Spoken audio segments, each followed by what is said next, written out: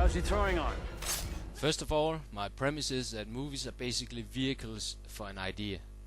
In a state not too dissimilar from the dream state, Hollywood programmers install a piece of social software in the fertile minds, a process Chris Nolan refers to as Inception in his 2010 movie with the same title.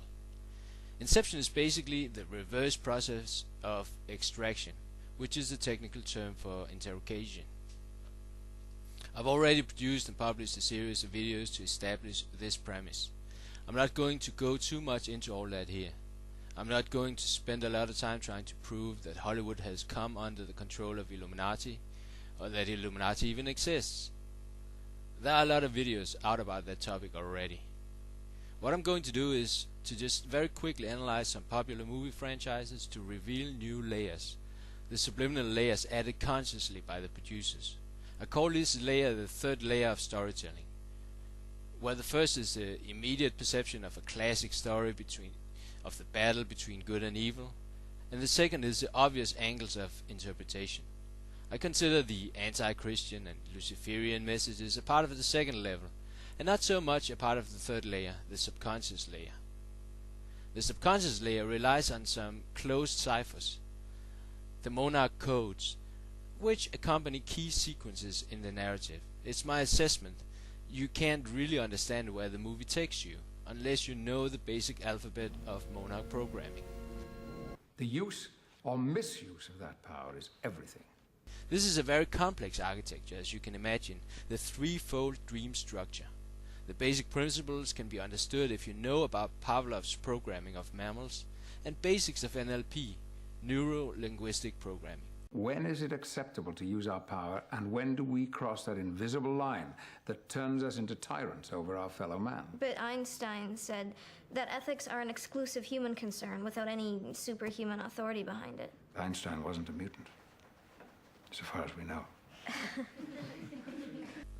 I trust that you noticed that the X in Fox, in the 20th Century Fox logo, lingered.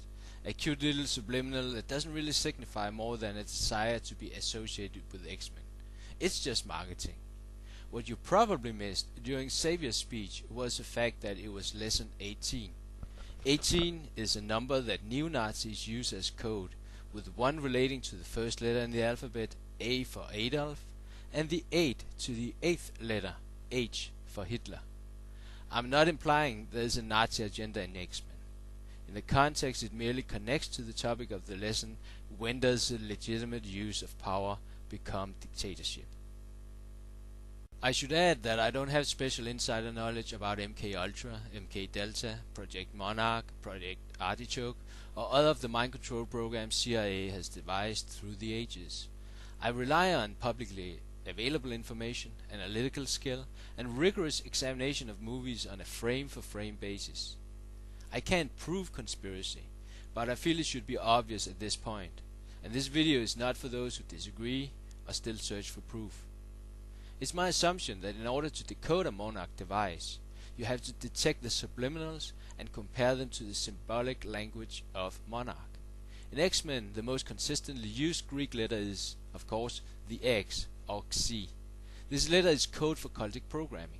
The letter Chi was used interchangeably in ancient times, and the same is the case in the modern day Monarch program. So we have the key. You can speculate why so many Monarch devices are so obvious about their programming keys. It's a problem.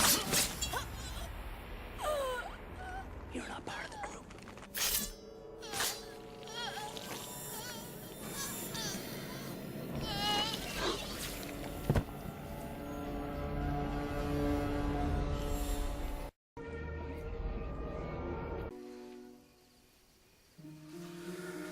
No one's ever left a scar quite like you.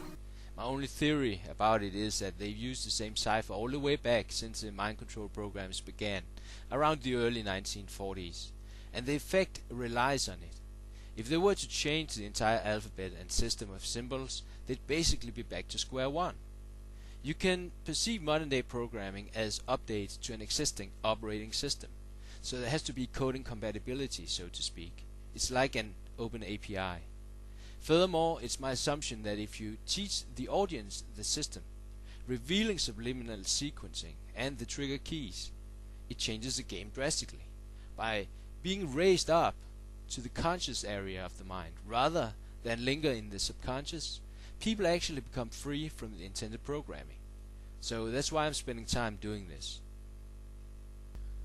I've been digging into some official study reports about related subjects. I got a report titled Empathy Constrained that proves people have less neural activity when observing people in a so-called out-group.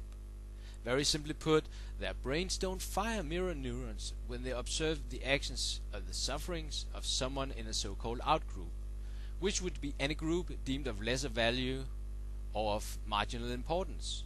That could be handicapped people, it could be other ethnicities, it could be poor people. Al Jazeera ran an experiment with an American intelligence officer some years back, which confirmed this. He was exposed to normal, everyday interaction with Iraqis, and subsequently admitted he had blocked out the suffering of Arab casualties of war before, and considered them less important than American casualties.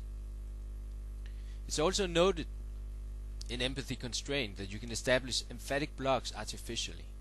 You establish emphatic blocks through the use of visual and verbal cues. That means essentially that ousting, hostility and propaganda goes before an ethnic cleansing or genocide. In Nazi Germany, papers like Der Stürmer exploited this principle to sow anti-Semitism. The award-winning drama Hotel Rwanda portrays very well how this process preceded the Rwanda genocide. I also got a report that suggests that people watching smoking in film will have a higher tendency to smoke right after. Another report says that teen attitudes to violence and suicide change after watching a film, particularly with those subjects who have limited, strained or no contact to parents. All of this just to establish the relevance of this exercise and how it does have academic merit, even if the Monarch program has been officially denied. Finally, some might ask why I focus on films and not news journalism. I work in journalism. I focus on film because I have a suspicion films actually influence people on a deeper level than news. In spite of vast amounts of propaganda making it into the mainstream media in the past decade, I actually believe mind control is used far more targeted in the entertainment industry. That may sound outrageous to some, or counterintuitive, but let me challenge you to think back to the last time you saw or acted out something from a movie or TV, or saw or heard someone acting exactly like a fictional character.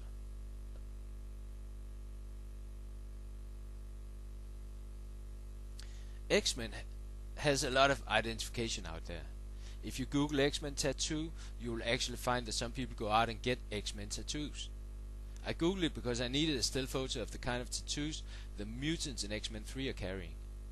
That's an Omega sign, Monarch code for suicide or self-destruction programming.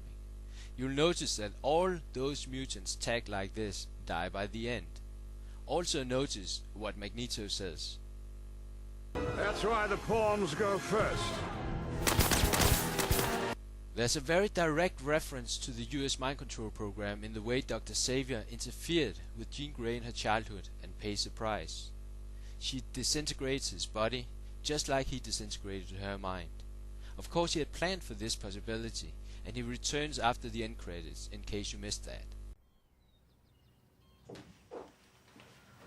Good morning.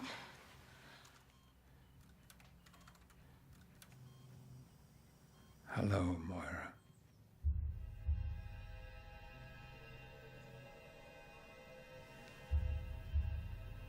Charles.